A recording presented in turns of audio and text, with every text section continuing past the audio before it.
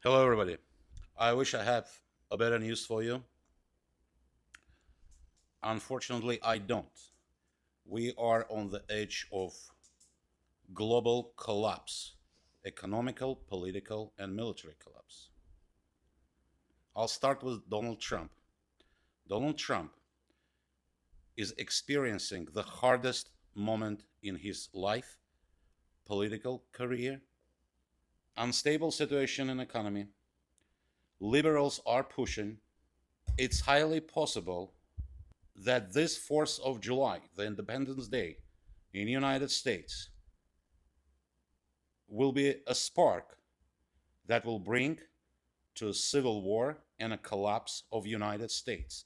Liberals are doing everything to achieve this. Just remember, my dear liberals, in the United States and in Europe, that Donald Trump is not only going to fight for his career and presidency, he's also going to fight for his biological life. This is an ultimate fight for him. He is 78. He is not losing his presidency. He will do everything to stay in power. And power, as we all remember, the most addictive drug in the world. So I do expect some sparks among civilians on 4th of July 2025. A spark, a fight that could bring to a greater war, to the kind of war that is worse, to the civil one, the one that Russia is fighting now with Ukraine. This sabotage, this terrorist attack that MI6, using Ukrainian hands, tried to commit in Russia using semi-trucks and drones was a complete failure, was an agony. It's an agony of liberal Europe. Attacking Russian nuclear objects, it's an international terrorism. Mr. Zelensky does not understand that England and their ilk made him a terrorist number one and made Ukraine a terrorist state. Yesterday, all mass media in the world were screaming that this is Russian Pearl Harbor. All insane mass media in the world. Today, the Make Sense media already is talking that this was unacceptable. Where diplomacy ends, war starts. Who wants WW3? Europe. Who wants WW3? Liberals. Who wants peace? Donald Trump and his team? Russia? Which Russia proved. As you see, Putin keeps silence after this attack. Trump keeps silence after this attack. Because that's what politicians do. They play diplomatic games. Diplomatic games have to continue.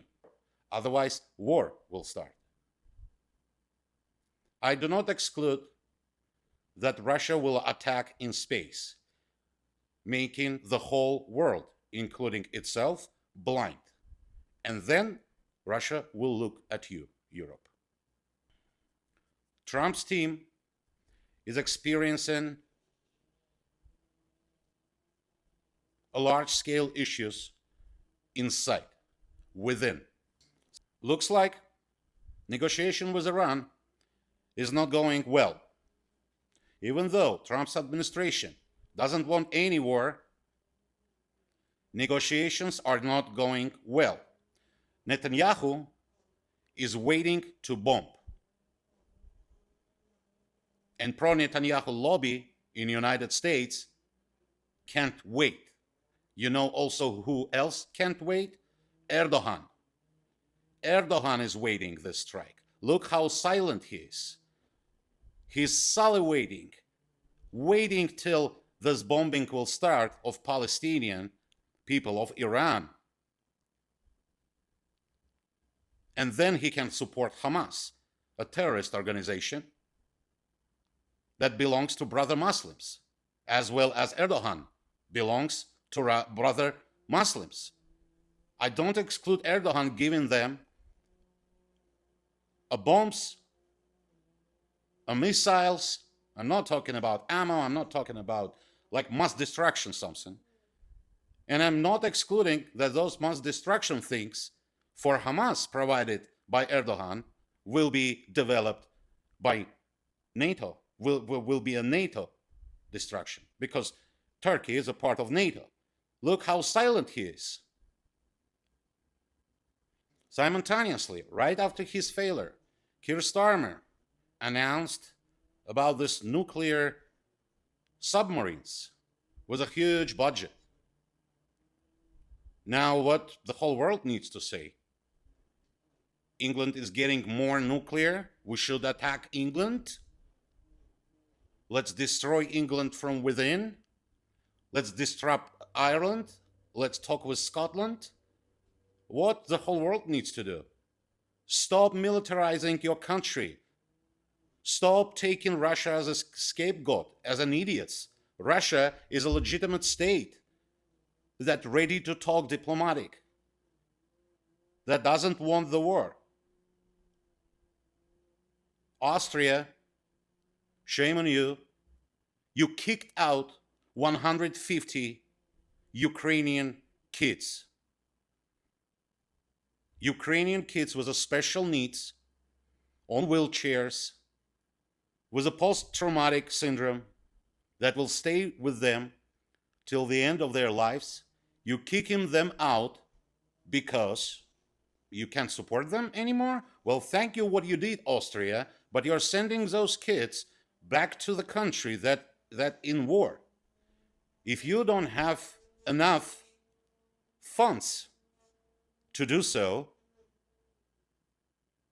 cut all benefits from capable to fight Ukrainian men that presented them as refugees. Send them back to Ukraine, but keep the kids. In other words, shame on you, Austria. You could take care of them, of those kids. Don't touch kids, please. Situation in the world is critical. It's much worse than WW2. Ukrainian troops, meanwhile, are retreating. They started evacuation of civilians from Kharkov. 1.3 million people in Kharkov. They lost it. A week maybe left. The trio of Russian, Belarus, and Ukraine is inevitable. It's the Slavic people. Let them fight their fight. And you, dear West, led by liberal England, led by MI6, providing them a weapon, military, diplomatic, and intelligence support, and doing everything to genocide Slavic people.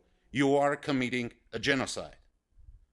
Again, my fellow Americans, get ready.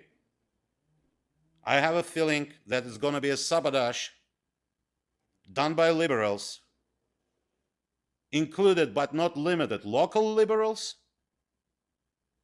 and international liberals from Europe. It will be a sabotage on July 4th. A little spark is enough. Situation is that bad. A little spark is enough to become a flame of civil war. God bless the United States. God bless our ally Russia. Thank you.